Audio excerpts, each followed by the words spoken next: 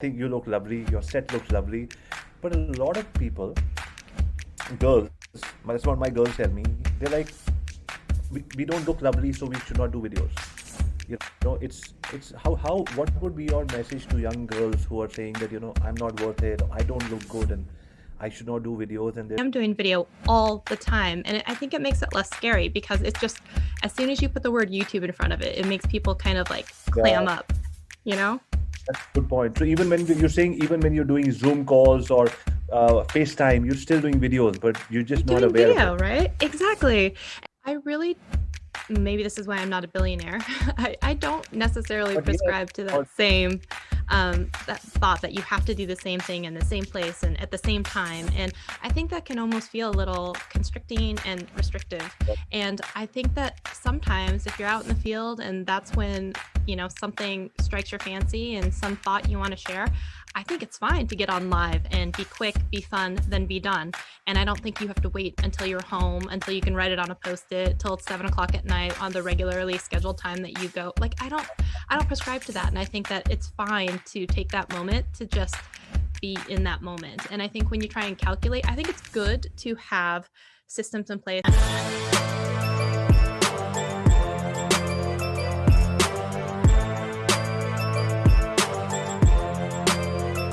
Hey guys, this is Avi Arya, father of 2 girls, 6 dogs, husband to a superwoman, a streetcar racer turned hotelier, now social media marketer and founder of Internet Moguls. Welcome to my channel. Alrighty. So should we get started? Sure. Okay. Thank you so much for taking the time out for this interview, by the way. Yeah. Thanks And for your studio asking. looks fantastic. Oh, All right, Shelly, I like to start by saying the shortest distance between two human hearts is always a story. You tell a perfect stranger a story and you form a bond. So I'm going to tell you my story and then I request you to tell us yours. Alrighty. So Shelly, my name is Avi Arya, father of 2 girls, 6 dogs, husband to a superwoman, a streetcar racer turned hotelier, now social media marketer and founder of Internet Moguls. Over to you. well, my name is Shelly, and I go by Shelly Saves the Day online. I am a dog mom, a Seattle Seahawks lover. I'm a resident of Seattle, and I would like to say that I am a superwoman. So, wife, superwoman here. Love that. Love that. I love that. Okay, Shelly. So, I tell us, how did you come up with Shelly Saves the Day? Ooh, okay. So a while back, I had a YouTube channel that I had started with a friend of mine, and we had decided to go with our names, and it was going to be the Shelly and Jade. And then eventually, we decided that we wanted to have separate YouTube channels, and I was like, "Oh, what should I name my new channel?" And then I was just like, "What I really want to talk to people about is creating content, being on YouTube, maybe video editing." And I was like, maybe even shopping, saving money. And so it became like Shelly Saves, and then it was like Shelly Saves the Day. So that's where it was born. That's fantastic. I see that you and I have something in common. One is the love for sneakers, and the other one is the Gary V's that you have at the back. Yes, I know you said that you interviewed Gary Vee. I am a big fan. And so I met him at Vid Summit 2018. Did you go to Vid Summit 2018? No, I He couldn't was a make it. keynote speaker there. Okay. And he had given a pair of sneakers to everyone who was attending Vid Summit. This was part of his, collaboration. And then I went and attended the lunch that they had. And so I got to have him sign my sneakers. And it was a really like full circle moment because I got to tell him, I'm sure you're very familiar with that video of him by the dumpster talking about haters and Uh-huh. how it's just how people are just kind of not great if that's how they want to choose to spend their time. And I remember telling him, like, that video was like so instrumental to me because there were so many times when I was like letting those people get to me, and like that helped me so much change and he was really, really nice about it. So I got to take a photo with him and he signed my shoes, and it's a great memory. So I always put it here. That is fantastic. How many times do you have to stop in the middle of the street when people recognize you and want to take a picture with you? None. Come on. No, really none. I think my biggest moment, there was one time at VidCon, and I was actually walking around with a friend of mine, and people do recognize her. She's a much larger creator, and people were always like, "Oh my gosh, you're this person." And there was one time, there was a gentleman that came up, and I thought he was coming for her, and he's like, "You're Shelly," and I was like, yeah. And that was the Oh, one moment. And I was like, oh, I've had my moment. That was it that though. is Just the one fantastic. time. That is fantastic. Shelly, tell us, when it comes to videos, like, you're all about videos, you're all about Tubebuddy. I see that you and I have Rob as Yes. a common friend as well. And so when it comes to videos, and let's talk to an audience who's, say, shy. What is your suggestion to people who are shy? How should they get over their shyness of videos? Sometimes it's just a muscle that you have to flex and build upon. And when you actually break down how often you are on video, whether that's Snapchat or instant messages with friends or making duo calls or being on Zoom calls for work, a lot of us are working remotely.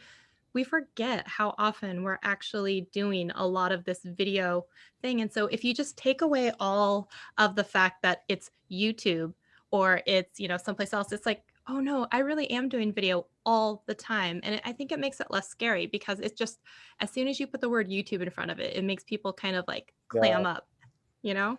That's a good point. So even when you're saying, even when you're doing Zoom calls or FaceTime, you're still doing videos, but you're You're just not doing aware of it. video, right? Exactly. And you don't get nervous when you get on the phone with like your mom or dad on FaceTime, right? You're just like you're excited to see them and you're happy and it's about connecting with the person that you're contacting. And so it's the same. It's just that right now you don't see the other person on the other side. And for a lot of people, it should be even like less scary because you can edit as many times as you want to. You can make yourself look as good or as bad. There's no one there stopping you being like, oh, I can't redo that line again. Like you can take all the time that you need to edit it and then put out whatever you feel comfortable with. Got it. So that takes care of I call it going from shyness to awesomeness. Find your own awesomeness, get over your shyness.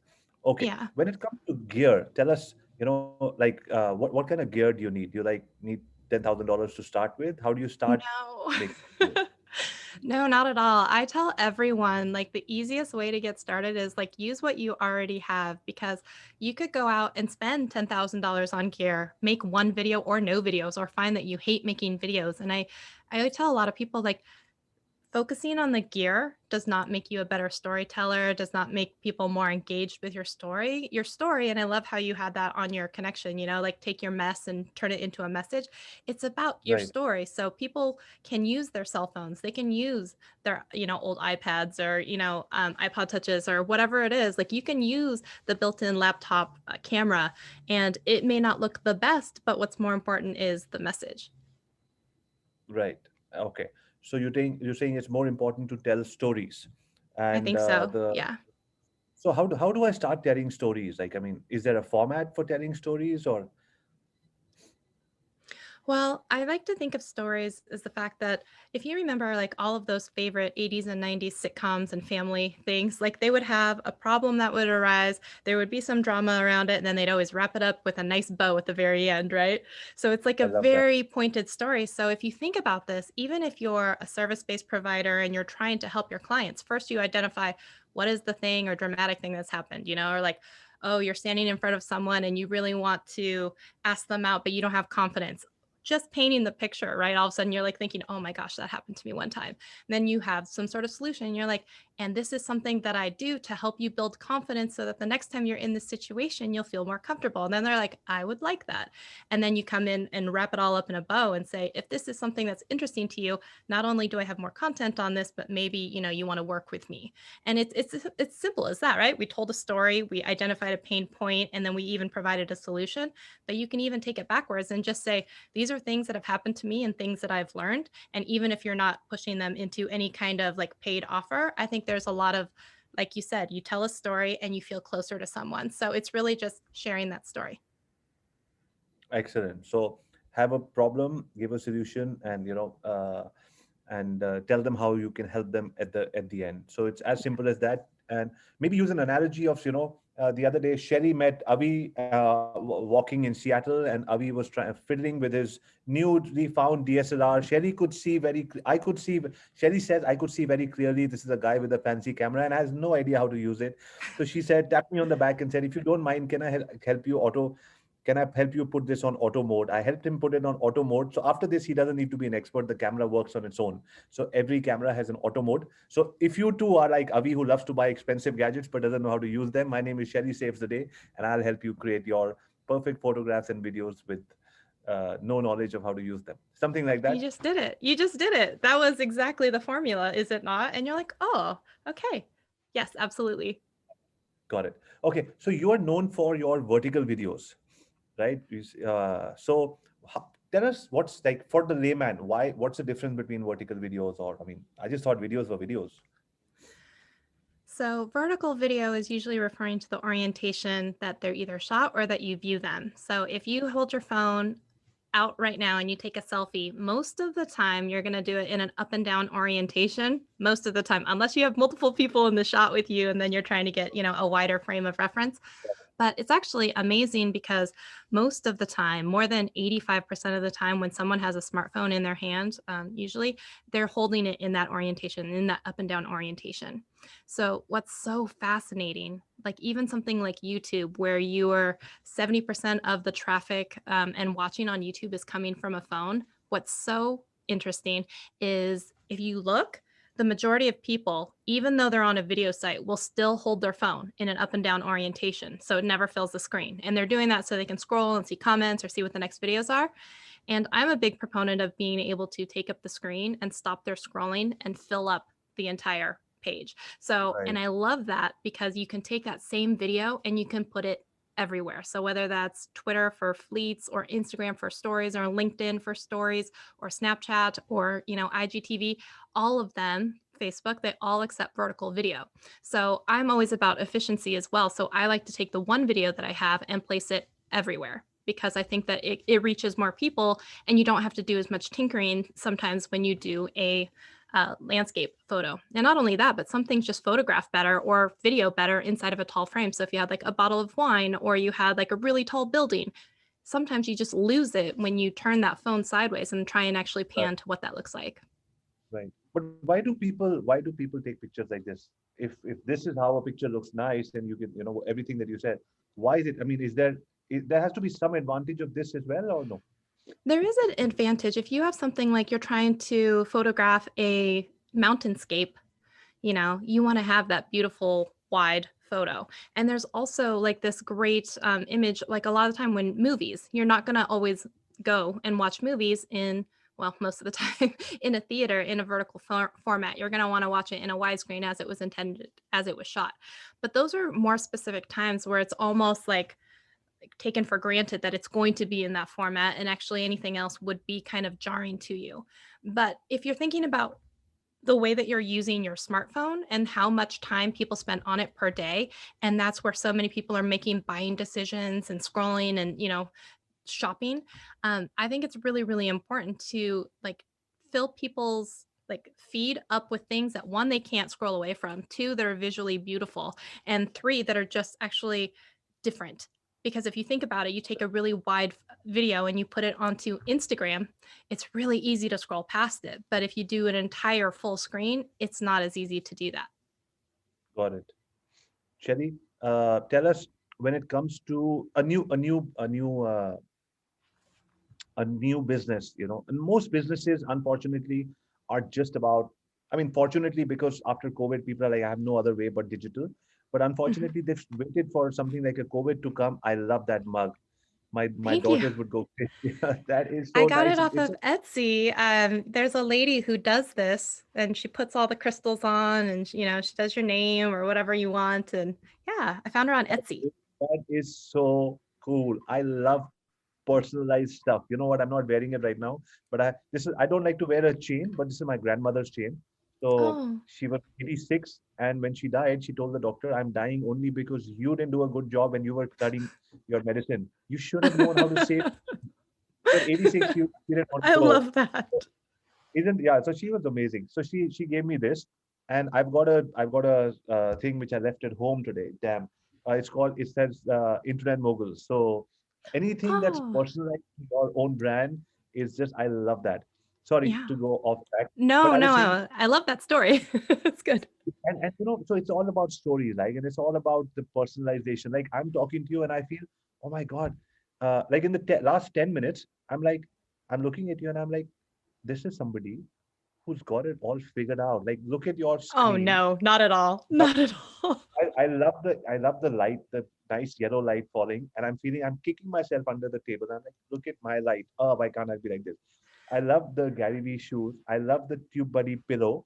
They didn't send me the pillow. I'm going to write to them after this. You should talk to Rob. I'm sure he'll hook you I up. think I know we're both in Vancouver and we talk almost every week. So I will speak to him. Well, one thing And is like this is a set that's been built up over years. This is not like day one. This is day four. So never compare, someone's day one versus day four. But like the other shoes that are up here, actually, so you can see my love for sparkly things. Those are my wedding shoes. And so like a lot of the stuff that's in my set are things that are like near and dear or personal to me. And that takes time to build up. So like if you looked at my videos from a few years ago, half the stuff wasn't in it. So you still have time. but You can build your perfect set. yes, that's a good message for everybody who's watching. Get started. Perfection, progress over perfection. It takes Yes. time, but like right now, it is all. I'm sure. I mean, I can just imagine you coming to your office setup, your studio setup, and feeling so at home because this is a memorabilia of everything that you love doing and everything that you've created, and it's so Yes. you, and I can make out, and it's so coming back to that business person who's just about getting started. Should they just start recording from wherever they are in the office with the tower at the back or whatever, or they should have one space every time with the right angle, set up a studio at home or at work? How should people start getting started with doing videos? Like they I say, think, sorry, like yeah. they say they say when you do yoga. A friend of mine is a yoga teacher. He says do yoga at the same time in the same place every day. That place becomes a sacred place, right? And they say if you and today if I read any book from any of the top billionaires of the world, they say whatever you do it at the same time every day. So Mhm. the only I try to do many of those things that I'll read from these books, except I've never been able to go for a 4 a.m. ice cold bath. So Oh, no, no, no. leaving Me leaving either. that so that's sort of I'll take a little bit less success and I'll forego the bath. And but when it comes to getting started, what are your top 2 3 recommendations? I really maybe this is why I'm not a billionaire. I don't necessarily But yes, prescribe to or that same that thought that you have to do the same thing in the same place and at the same time. And I think that can almost feel a little constricting and restrictive. And I think that sometimes if you're out in the field and that's when something strikes your fancy and some thought you want to share, I think it's fine to get on live and be quick, be fun, then be done. And I don't think you have to wait until you're home, until you can write it on a post-it, till it's 7 o'clock at night on the regularly scheduled time that you go. Like I don't prescribe to that. And I think that it's fine to take that moment to just be in that moment. And I think when you try and calculate, I think it's good to have systems in place or things that can make it more efficient, such as this set. I can now leave my camera up. And then if I'm invited to a Zoom call or if I'm now needing to meet with a client or whatever it is, I know that I can go sit down, turn on the lights, and actually get on camera. And that has a sense of freedom and flexibility for me. But if I said that I have to do a same type of recording, I don't think I would feel the same excitement um, as I would if I just, wanted to record when I want to record. Now that being said, I do like usually record like on a Friday or Saturday after I'm done with my work week for my video that comes out on Sunday. But that's just more of an internal calendar that I put. But I could record at 5 o'clock on a Friday. It could be midnight on Saturday. It's whatever I feel, so I don't like to you think that I need to have that same restriction. you sometimes go for a nice cappuccino and you find a lot of uh, uh, ice cream cones and everything, and you're like, I need to make a video of that. And you just pull out your phone and make a video and post it. You do all of those crazy things as well. Well, sometimes I'll take video and save it just for later because one, I don't subscribe that we have to necessarily post immediately because one, depending on how large you are, that could be a safety concern for you. Like maybe you don't want to post that you're at a certain ice cream shop until after you've left said ice So cream shop, especially, I don't know, sometimes as a female, I do worry about that as well. So I don't try and post immediately in the moment if I'm at a location, especially if Right. I'm going to market publicly. So that could be something there. But one thing that you just said that I love so much is a lot of us will whip out our phone and take a video in the moment.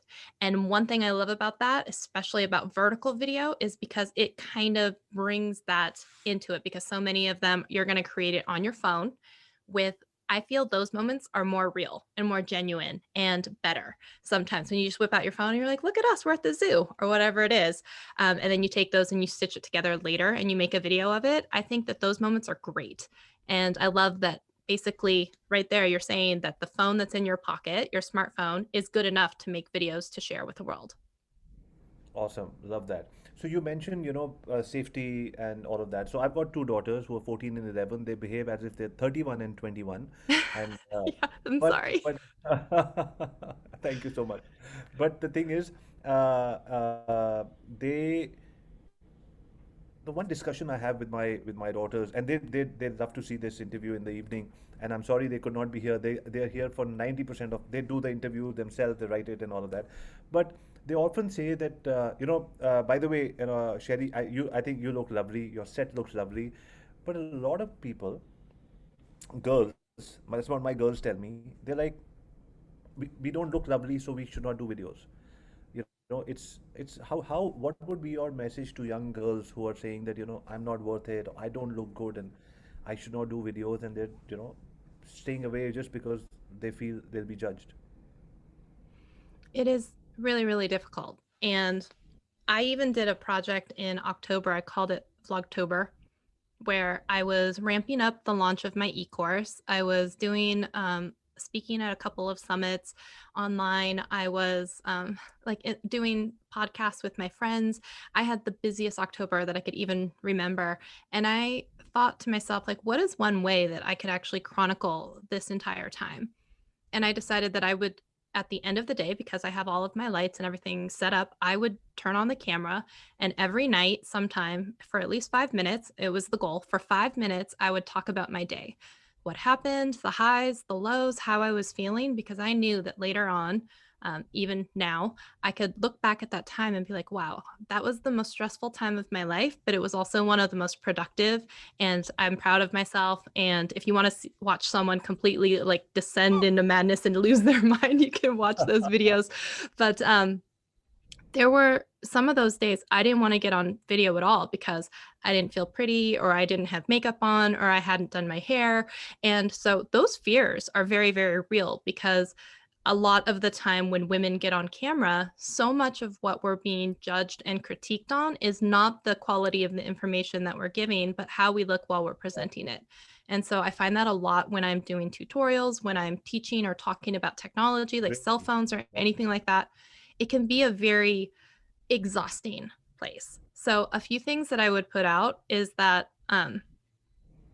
one, your message is still way more important than what you look like. And I think that all of us, we are way harsher on ourselves than other people tend to be on ourselves.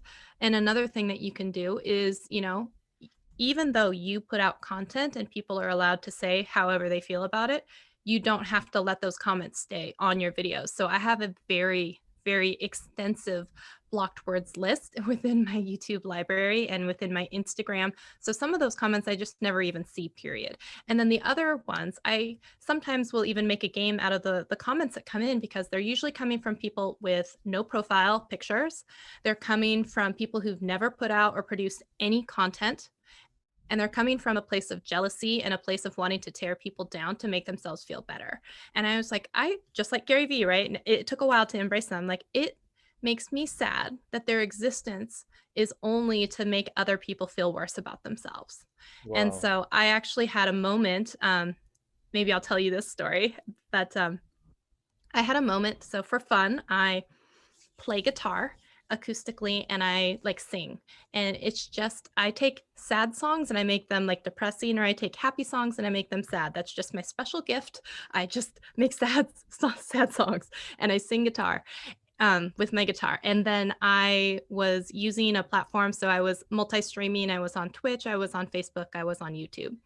And a young gentleman came into my Twitch, which can be a very bad place sometimes, and started saying things about how old I was, about my ethnicity, about just tons of things.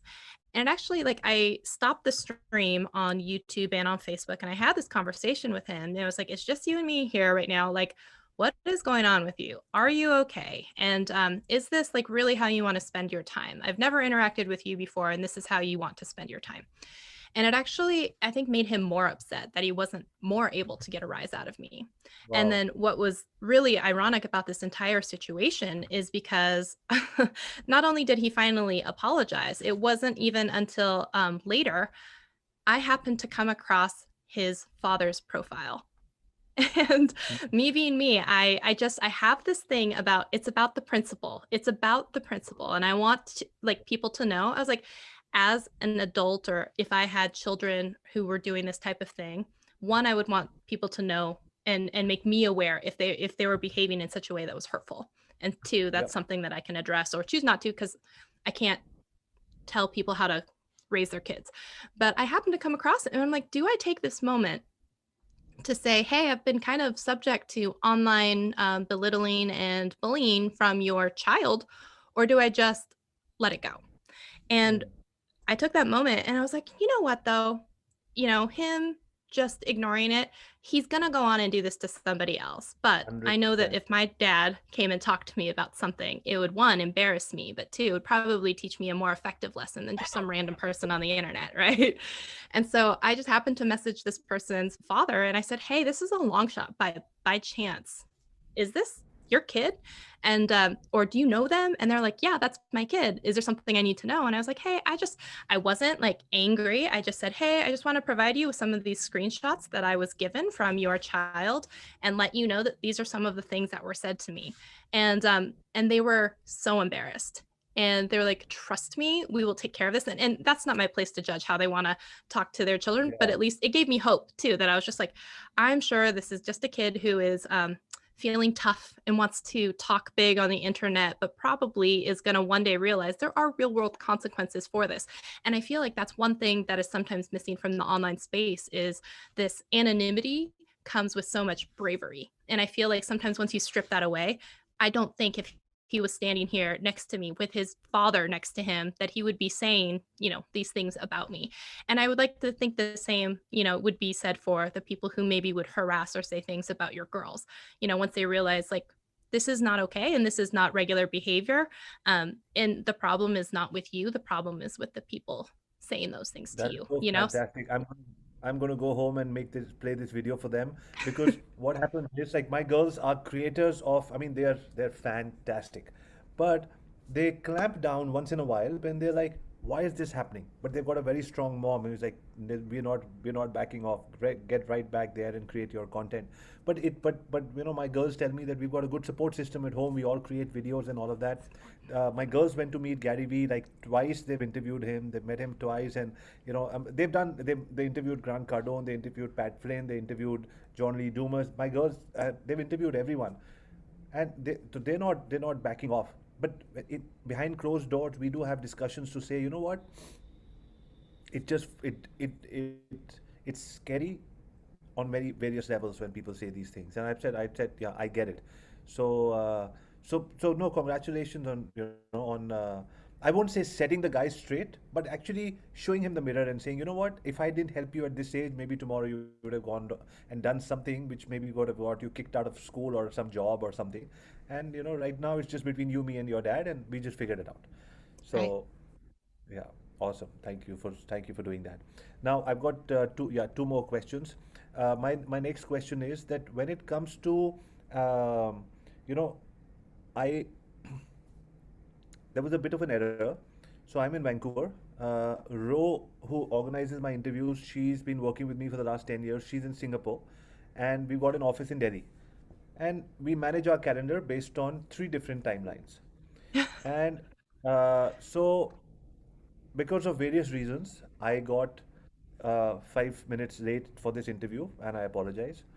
And not once were you upset.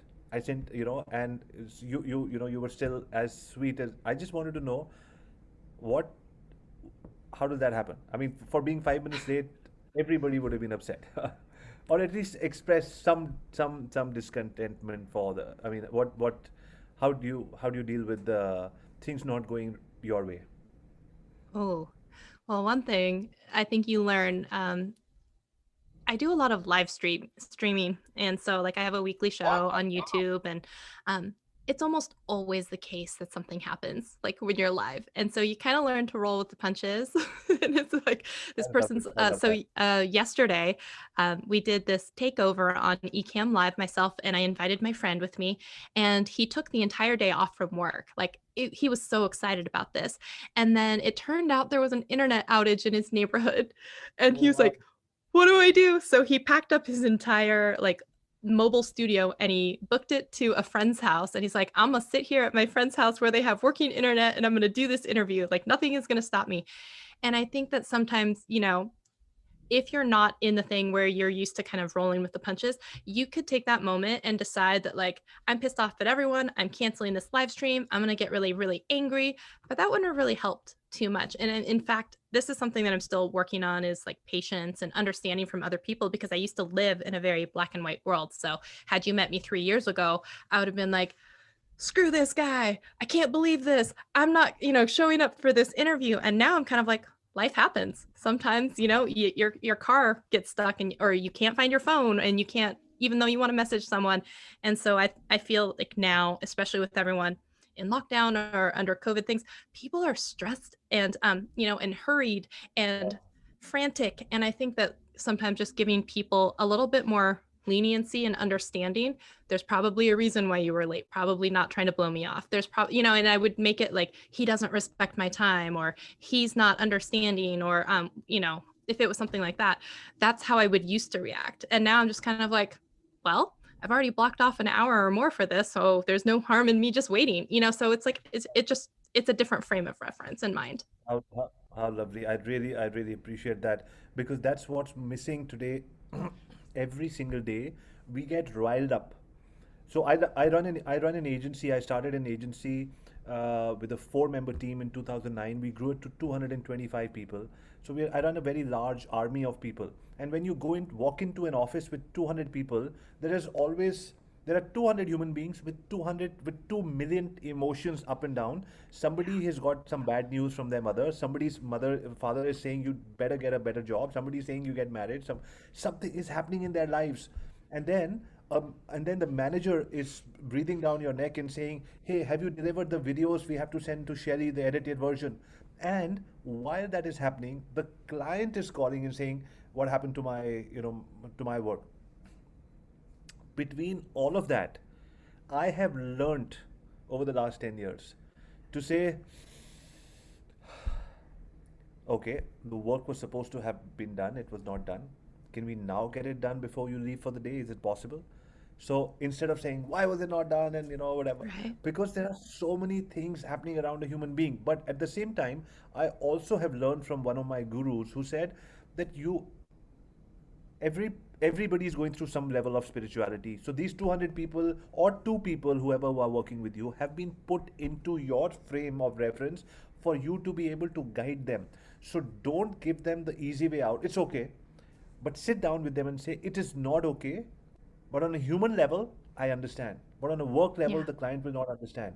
And I may still have to let you go if you continue to work like this. But it's not because I don't need to shout at the person or, go all crazy and make him or her feel like they're nobody in life. Right. Nobody deserves to make anybody feel like they're nobody in life. That is, Right. with have that as a benchmark rule, I think life becomes easier. However, today what's happening is in corporate America or corporate world, this is becoming a rule. Don't be rude. So people are like, oh, you know what? Let's just text rude. Oh, actually, you know what? People can read my text. So let's just think rude. So as whatever I'm not getting caught at, let me just do that. But the thing is, Right. the idea is not to mean it in the first place. And so but I with my girls growing up, I am seeing that I went to high school many years ago, but I'm just seeing I'm reliving my high school days with my girls. It's not an easy place to go because everybody No. creates videos and there are Yeah. Instagram stars in school and they have their own Yeah. friends. and then you're trying to build an Instagram journey with 30 followers, and you're like, all the best doing that, because everybody's going to put you down to say, what the hell are you even talking about? And my girls are like, it's difficult being a brown girl. I said, yeah, that's the challenge. I mean, everywhere there's a climb. Everywhere there's going to be a climb. Like my elder Yeah. daughter loves to go to the gym. I said, what do you go in the gym most for? She's like, Daddy, she's a 14-year-old. Last year she wanted to become a Hollywood star. Now she wants to become a bodybuilder. She's a Dwayne Johnson fan. So she wants to become a Oh, Dwayne yeah. Johnson, a lady He's format in the of gym Dwayne all the Johnson. time. Exactly, exactly. So I think, why do you pick up weight? She's like, because it helps me grow my muscle. So I said, a brown girl growing up in Canada is weights. That's the weights that your life situation has given you. Like, don't disrespect the weight. That's the challenge. Use it as a weight. But it's so difficult. And I loved what you said about how you keep your calm and how all of that. So my last question before we finish this is that we always say our company is called Internet Moguls, and we say an internet mogul is somebody who uses the internet to be nice, uses the internet to make money, at the same time uses the internet to save at least 2 to 3 hours a day, because you can do it from your home studio, whatever. 15 hours a week, 60 a month, 720 a year, and over a lifetime, you've saved at least 3 years of in just spent in traffic, and that 3 years, at least 3 years, you spend back in your hobbies, your scuba diving, your raising your kids or whatever. So that is the definition of an internet mogul who can save time using the internet and spend it, doing what they want. So what would Shelly's definition of an internet mogul be?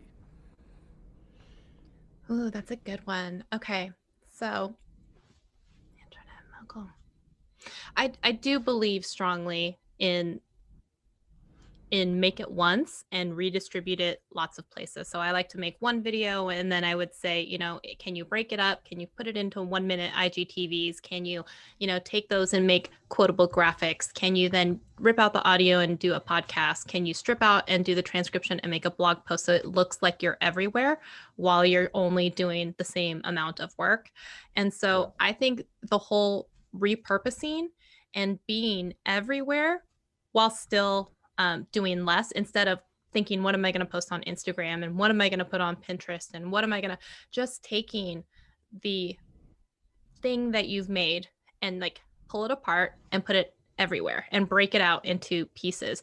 And I think that doing that smartly and effectively and being able to drive and funnel, attention back to, if you're selling a course or if you're doing coaching services or if you're whatever it is that you want to do to be making money, I want you to be able to have the life that you want while not killing yourself and being a complete slave to the internet Sure. machine, because it will never be enough, no matter how many videos you put out on YouTube, no matter how many times you go on live stream, and there's only so many hours in a day. I would really like to be able to see people have that freedom to just walk away from their phones. Now, whether that's a team doing this or you doing it smartly once a Yeah. week, once a month, whatever it is, I would like people to be able to, and for myself to be able to do that, have people funneling into my systems that make me money and having multiple streams of income instead of ever relying on any one, and then being comfortable to turn off my phone. And it's so weird because it's, even though it's an internet mogul, my ultimate dream is still be making Of course. money while my phone is off. No, I totally understand that. That's very well said. That, yet let the internet work. Why do I need to work on the internet all the time? Exactly. Awesome. That is perfect. Shelly, thank you very much for this interview. This has been 45 minutes of awesome talk from the heart, from storytelling to understanding why it's important to be a certain way, vertical videos, your message for my girls, which I'll definitely share with them, and everything in between, including Gary Vee and Rob from Tubebuddy and all of those people.